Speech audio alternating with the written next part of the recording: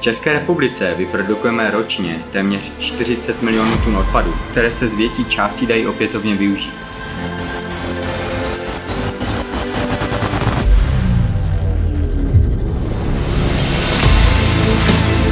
Jinak se musíme vypořádat s velkým množstvím odpadu, které vzniká v průmyslu, a také se širokou variabilitou jejich vlastností. Žel, řada těchto vlastností je navíc nebezpečná.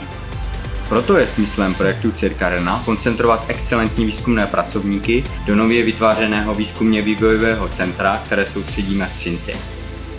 Naším zájmem v tomto projektu je zejména se zabývat odpady spojených s průmyslovou produkcí a stavebních odpadů. To, co je důležité, je nalezení vhodných způsobů jejich valorizace a současně porozumění životnímu cyklu.